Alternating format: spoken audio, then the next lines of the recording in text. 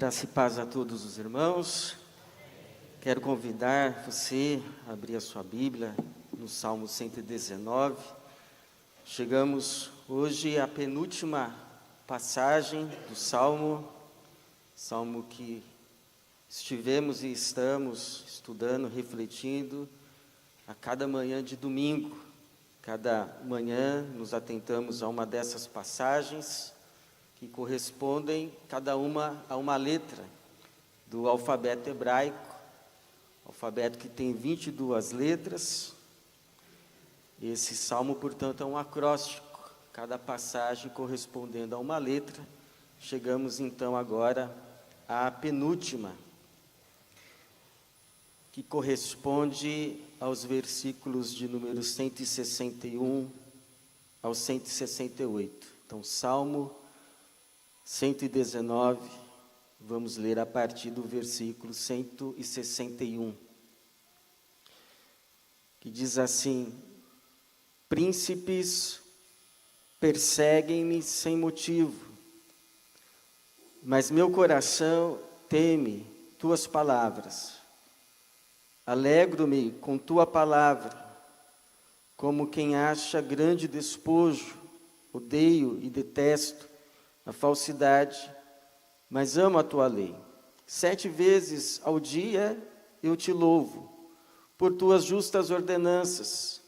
Os que amam tua lei têm grande paz, e ninguém os fará tropeçar. Senhor, espero na tua salvação e cumpro teus mandamentos. Obedeço aos teus testemunhos e os amo imensamente. Obedeço aos teus preceitos e testemunhos, pois todos os meus caminhos são conhecidos por ti. Obrigado, Pai, pela tua palavra. Obrigado pela tua igreja que o Senhor aqui reúne e pelo teu Espírito que nos é dado, as Escrituras que nos foram confiadas. E pedimos que agora o Senhor nos abra o entendimento e que teu Espírito tenha liberdade para semear em cada mente e coração, e que assim a tua palavra cumpra o propósito pelo qual foi enviada, fruto de salvação, de edificação e libertação. É a nossa oração para a tua glória mesmo, em nome de Jesus. Amém. Alguém já disse que o abecedário do cristão não se iniciaria com as letras A, B, C e D, mas com as letras O, B, D e C. Ou seja, obedecer. A Bíblia, de fato, afirma que Deus colocou o homem na terra com um propósito. O propósito de temê-lo e de obedecer aos seus mandamentos. Conhecer, ouvir e observar a sua palavra. Este é o propósito pelo qual Deus nos colocou na terra.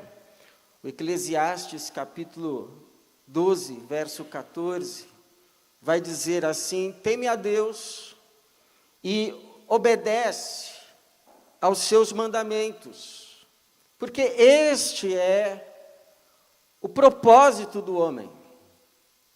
Então, assim como Deus criou as aves para voarem, os peixes para nadarem, Deus nos criou para honrá-lo por meio da observância da sua palavra. O salmista parece ter isso claro em mente, porque 2 vezes nesta passagem do Salmo, ele reafirma o seu compromisso de viver para observar, para obedecer os preceitos e os mandamentos que recebeu do Senhor. Ele vai dizer no versículo 167, obedeço aos teus testemunhos e os amo imensamente. No versículo 168, obedeço aos teus preceitos e testemunhos, pois todos os meus caminhos são conhecidos por ti. Mas esta observância da palavra, essa obediência, não é uma obediência cega, não é uma obediência temerária, mas é uma obediência de alguém que descobriu um segredo. Ele, com a sua vivência com Deus, descobre que, e talvez até nas suas experiências amargas, longe de Deus, ele descobre que observar a palavra de Deus, atentar a ela, se submeter a ela, segui-la, tê-la como um grande tesouro para a vida, não ser daqueles que recebem a sua palavra e saem cabisbaixos dizendo: recebi 10 obrigações para a vida. Mas ser daqueles que a recebem e dizem assim: recebi 10 orientações para a minha vida. Ele percebe que esse observar da palavra de Deus, esse obedecer à sua instrução, confere maior bem não a Deus, mas confere maior bem a ele mesmo. E quando ele percebe que a intenção de Deus ter dado a ele a sua palavra foi nada mais, nada menos que o seu bem, de ver o bem da sua vida, ele passa então a amar a Deus. E a obediência dele se torna uma obediência amorosa. E ele passa a louvar a Deus pela palavra de Deus. Ele vai dizer assim, por exemplo, verso 64, 7 vezes no dia eu te louvo, por tuas justas, abençoadas, boas ordenanças para a minha vida. Os levitas, eles tinham a incumbência de louvarem a Deus 2 vezes ao dia, de manhã e à tarde. Mas ele está tão abençoado, ele se sente tão amado por Deus, por ter lhe dado as suas instruções para a vida, que ele vai além, ele louva a Deus 7 vezes no dia, incluindo uma vez na madrugada, como já lemos em outras passagens deste salmo. Então a pergunta que fica: quais são esses bens que Deus nos deseja assegurar à vida, quando Ele nos dá como propósito de vida atentar, conhecer e observar a sua palavra, que nada mais é do que instruções para o nosso próprio bem? Quais são esses bens? Bem, dos muitos bens que Deus deseja ver na sua vida, e por isso que Ele te deu a palavra, Ele não te deixou sem instrução, Ele não te deixou sem palavra. Dentre os muitos bens que Deus quer assegurar para você, um deles, e que podemos ver aqui nesse trecho do Salmo, é o bem de você viver livre de um fardo, o fardo de ter ou achar que tem que agradar todo mundo. Você não tem que agradar todo mundo. Você pode, agora que tem a instrução da palavra para a sua vida, viver para uma plateia de uma pessoa só. Viver com a preocupação de ter o aplauso de uma pessoa só, que é a pessoa que de fato importa, ou a que mais importa. Não significa se tornar um excêntrico, não significa se tornar um arrogante, a sua opinião não me importa.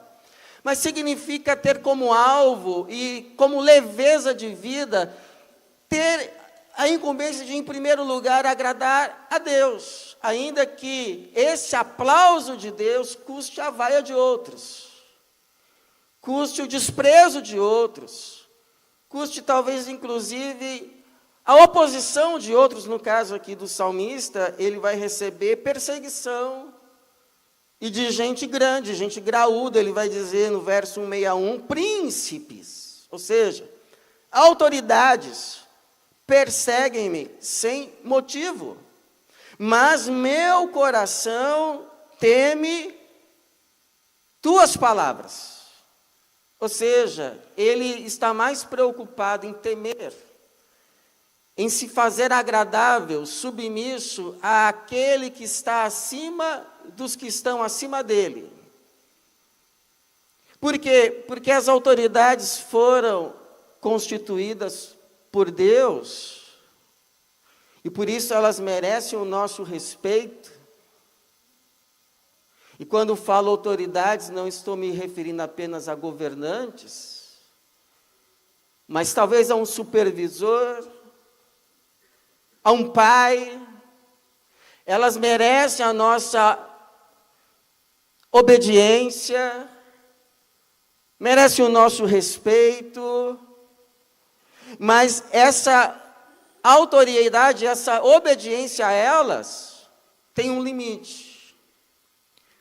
O limite é obedecê-las, nos submetermos a elas, agradarmos a elas, até o ponto de que essa obediência não se torne desobediência à autoridade maior, que é Deus. Faz lembrar, por exemplo, Daniel, que se manteve orando 3 vezes ao dia, mesmo quando o edito do rei ordenava que se orasse somente a ele, o rei. Faz lembrar Sadraque, Mesaque e Abidnego, que mesmo quando ouviram o som da cítara, da trombeta, do saltério, e a ordem de se ajoelharem diante da estátua de ouro de Nabucodonosor, se mantiveram de pé. E disseram: saiba, ó rei, nosso Deus pode nos livrar ou não de ti, mas nós não vamos nos ajoelhar. Faz lembrar o próprio Jesus, que foi perseguido também pelas autoridades do seu tempo, mas nem por isso se rendeu a elas, se tornando o Messias que elas queriam que ele fosse, deixando de ser o Messias que Deus o enviara para ser. E ele ensina então aos seus discípulos: e não temais os que matam o corpo e não podem matar a alma, ou não podem depois fazer mais nada, pelo contrário, temei aquele que pode destruir no Hades ou no inferno, tanto a alma como o corpo. Então, a minha pergunta a você: de quem você tem medo? De quem você tem medo? A quem você teme? Quem de fato você quer ou acha que precisa agradar? É Deus quem te sustenta. É Deus quem te guarda. É Deus que mantém mais um dia da tua vida. Por isso, a afirmação de Pedro e João para todos nós: importa mais obedecer a Deus do que aos homens. Então esse é o primeiro bem, vivermos livres. Vamos respeitar as pessoas, vamos honrá-las, vamos fazer de tudo para agradá-las, mas o nosso alvo é Jesus. O segundo bem que Deus nos deseja dar com isso é a paz. Deus nos deseja a paz, mas não uma paz que significa necessariamente isenção de problemas, isenção de sofrimentos, mas a paz que é a paz de poder colocar a cabeça no travesseiro e dormir o sono do justo, sabendo que durante o dia você fez a vontade de Deus. E que, por ter feito a vontade de Deus, você não está livre de todos os problemas, mas você está livre de muitos problemas e sofrimentos desnecessários. Veja que o salmista ele vai dizer no versículo 165, os que amam tua lei têm grande paz. Não é qualquer paz. é grande paz e ninguém os fará tropeçar. Porque quando nós nos decidimos pelo caminho da palavra, nós tiramos os nossos pés do caminho da armadilha. Quando nós nos colocamos no caminho da palavra, os nossos olhos olham direito. Quando nós nos colocamos no caminho da palavra, nós tampamos os nossos ouvidos ao canto sedutor da sereia. E o resultado, então, é a paz. É o bem chamado paz, do qual outros bens dependem. Sem paz não são possíveis outros bens. Por exemplo, sem paz, não é possível trabalhar bem. Por que Salomão pôde, na sua vida, escrever 3.000 provérbios e compor 1.005 cânticos? Porque no seu reinado tinha paz. Quando ele se desviou, acabou a paz. Aí, ao invés de gastar tempo escrevendo, foi gastar tempo guerreando, perseguindo, porque a paz tinha ido embora. Sem paz não é possível ter paz com o outro. Porque se eu não estou em paz comigo, como é que eu vou ter paz com o outro? Mas quando nós temos paz com Deus, temos paz conosco, que fica mais simples ter paz com o outro. Foi João que escreveu que se andarmos na luz, assim como Ele está na luz, temos comunhão uns com os outros, e o sangue de Jesus, seu Filho, nos purifica de todo pecado.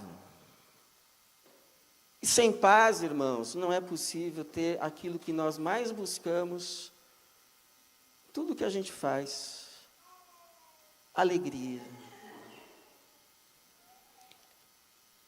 Porque alguns podem dizer assim, principalmente os mais jovens, mas na verdade o que eu quero não é paz, o que eu quero é ter alegria.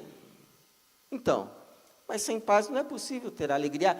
A paz é condição para a alegria. Tanto é que alguém já disse com razão que a alegria é a paz dançando, é a explosão da paz. E por isso que Jesus, aquele que viveu com mais perfeição a vontade de Deus, que é que se observe a sua palavra, ele pôde dizer assim: eu tenho lhe dito estas palavras, para quê? Eu tenho lhes dito essas palavras para que a minha alegria esteja em vocês, e a alegria de vocês seja completa. Sabe uma estratégia que o diabo tem de nos fazer infelizes desde o jardim do Éden? É nos fazer desconfiar das intenções de Deus para conosco. Nos fazer acreditar que a nossa alegria, a nossa verdadeira realização não está naquilo que Ele nos ordena. Mas não é verdade. A pessoa que mais deseja o teu bem é Jesus. A pessoa mais interessada na sua realização é Deus. E por isso, pela sua graça, não nos deixou no escuro, nos deu a sua palavra. Um terceiro bem que Deus deseja que experimentemos, e por isso nos deu a sua palavra, é o livramento da ansiedade, especialmente para com o amanhã. Tem um dito que diz que a ansiedade é como uma cadeira de balanço, te deixa ocupado, te deixa em movimento, mas não te tira do lugar. Você fica onde você está. Cada vez mais cansado, cada vez mais estressado, mas não sai do lugar. O salmista parece que aprendeu a lidar com a ansiedade, porque ele coloca aquilo que não está nas mãos dele, nas mãos certas. Ele diz assim, verso 166, Senhor, espero na tua salvação. Se ele espera, é porque espera algo que ainda está no futuro. Então, futuro, mãos do Senhor. Espero, Senhor, na tua salvação. E cumpro teus mandamentos. Então, futuro, aquilo que não podemos fazer, Senhor, nas tuas mãos. Espero na tua salvação. Agora que esse futuro que não está nas minhas mãos, que não depende só de mim, essas coisas que eu preciso que o Senhor intervenha, agora que elas estão nas tuas mãos, então estou livre para viver no tempo que de fato o Senhor me chamou para viver e fazer o que de fato o Senhor me chamou para fazer. Então, espero na tua salvação e hoje cumpro teus mandamentos. A verdade, irmãos, é que nós, segundo Jesus, precisaríamos ter apenas uma preocupação na vida. Essa é a verdade.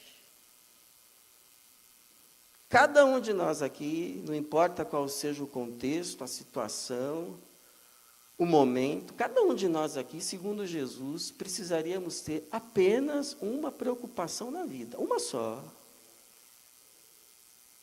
Que seria fazer o que é certo, o que é bom, o que agrada a Deus hoje. Hoje. Sabendo que de todas as demais coisas, inclusive o nosso futuro, Deus cuida. Segundo Jesus, a gente só precisaria viver para uma coisa. Lembra o que ele disse para Marta? Marta, Marta, você está preocupada, atribulada com muitas coisas, mas uma só é necessária. Bom, a gente não consegue. Então, sabendo que a gente não consegue, porque a gente é fraco, porque a gente é preocupado, porque a gente é desconfiado, Deus nos dá ainda, na sua misericórdia, mais uma ferramenta, a ferramenta da oração. Aí o Paulo vai nos ensinar assim, não andeis ansiosos por coisa alguma. Pelo contrário, sejam os vossos pedidos plenamente conhecidos diante de Deus, por meio de oração, súplica, com ações de graças. E a paz de Deus, que excede todo entendimento, guardará o vosso coração e os vossos pensamentos em Cristo Jesus. Eu tenho um amigo que um dia ele me ensinou assim, olha, quando você ficar angustiado, quando você ficar preocupado, quando você ficar ansioso, ore, vá orar. E quando você levantar da oração, se a ansiedade, se a angústia tomar o seu coração de novo, se ajoelhe de novo. Então, que tal você hoje fazer uso dessa ferramenta poderosa que o Senhor nos deu devido à nossa fraqueza? Então, hoje você se achegar ao Senhor e simplesmente apresentar o seu pedido. Você chegar-se diante ao Senhor e falar, Senhor, olha, está aqui a minha angústia. Senhor, olha, está aqui a minha ansiedade. Senhor, olha, está aqui a minha tristeza, está aqui o meu desgosto, está aqui o que atribula o meu coração, está aqui o que está tirando a minha paz, está aqui, Senhor, o meu sonho, está aqui, Senhor, o meu futuro, está aqui, Senhor, o meu pedido. Vai entregando ao Senhor. Vai derramando o seu coração diante dele. E aí então quando você sentir que todas essas coisas estão nas mãos dele, aí você fala assim, contudo, Senhor, não seja o que eu quero, mas o que tu queres. Porque essa oração que Jesus ensinou salva qualquer oração. Se o pedido foi ruim, Senhor, esquece, faz a tua vontade. Mas olha, o meu desejo, o meu pedido, a minha ansiedade está nas tuas mãos e agora eu fico livre, fico liberto para chegar no meu hoje e dizer, bom, agora o que nós temos para fazer aqui? Qual é a minha obrigação do dia? Qual é a minha responsabilidade? Porque o futuro já está nas mãos de quem cuida. Agora vai cuidar daquilo que está nas tuas mãos. Vai cuidar do seu filho, vai cuidar do seu trabalho, vai cuidar daquilo que Deus te deu para cuidar hoje. Pronto. Você está livre. Até porque, irmãos, muito do nosso futuro depende do bem que a gente faz hoje. Por isso que o Paulo vai dizer, e não nos cansemos de fazer o bem. Quando? Hoje. Pois no próprio tempo colheremos, se não desanimarmos. Um dia eu li um texto escrito por um pai, e o pai falava a respeito do filho, uma criança, um menino, que fez uma lição de casa mal feita. Aí o pai só chegou a ele e o aconselhou a fazer novamente a lição e agora bem feita. E o filho consentiu. E fez, e refez, e fez agora bem feita. E saiu alegre. E aí o pai escreve que percebeu que o fato de ter feito bem feito fez maior bem para o próprio filho. É assim conosco e Deus. Quando nós o ouvimos, quando nós seguimos, quando nós nos submetemos à sua orientação, o bem maior que a gente faz não é para ele, é para nós mesmos. Esse é o propósito pelo qual ele nos deu como propósito de vida nessa terra, temer a ele e observar a sua palavra. Ele não tem outro propósito e outra intenção, outro desejo, senão ver o nosso bem, o nosso sumo bem. Então, o que Deus está te falando hoje, o que Deus andou te falando essa semana, qual é a palavra que tem estado batendo as portas do seu coração? Dê lugar a essa palavra, se submeta ao Senhor. Você não vai estar fazendo bem para o Senhor, você vai estar fazendo bem para você. Por isso que o Salmo 128, 1-2 diz assim, bem-aventurado todo aquele que teme ao Senhor e anda em seus caminhos, pois comerás do trabalho das tuas mãos, serás feliz e tudo te irá bem. Que assim seja e que Deus nos abençoe. Amém, amém.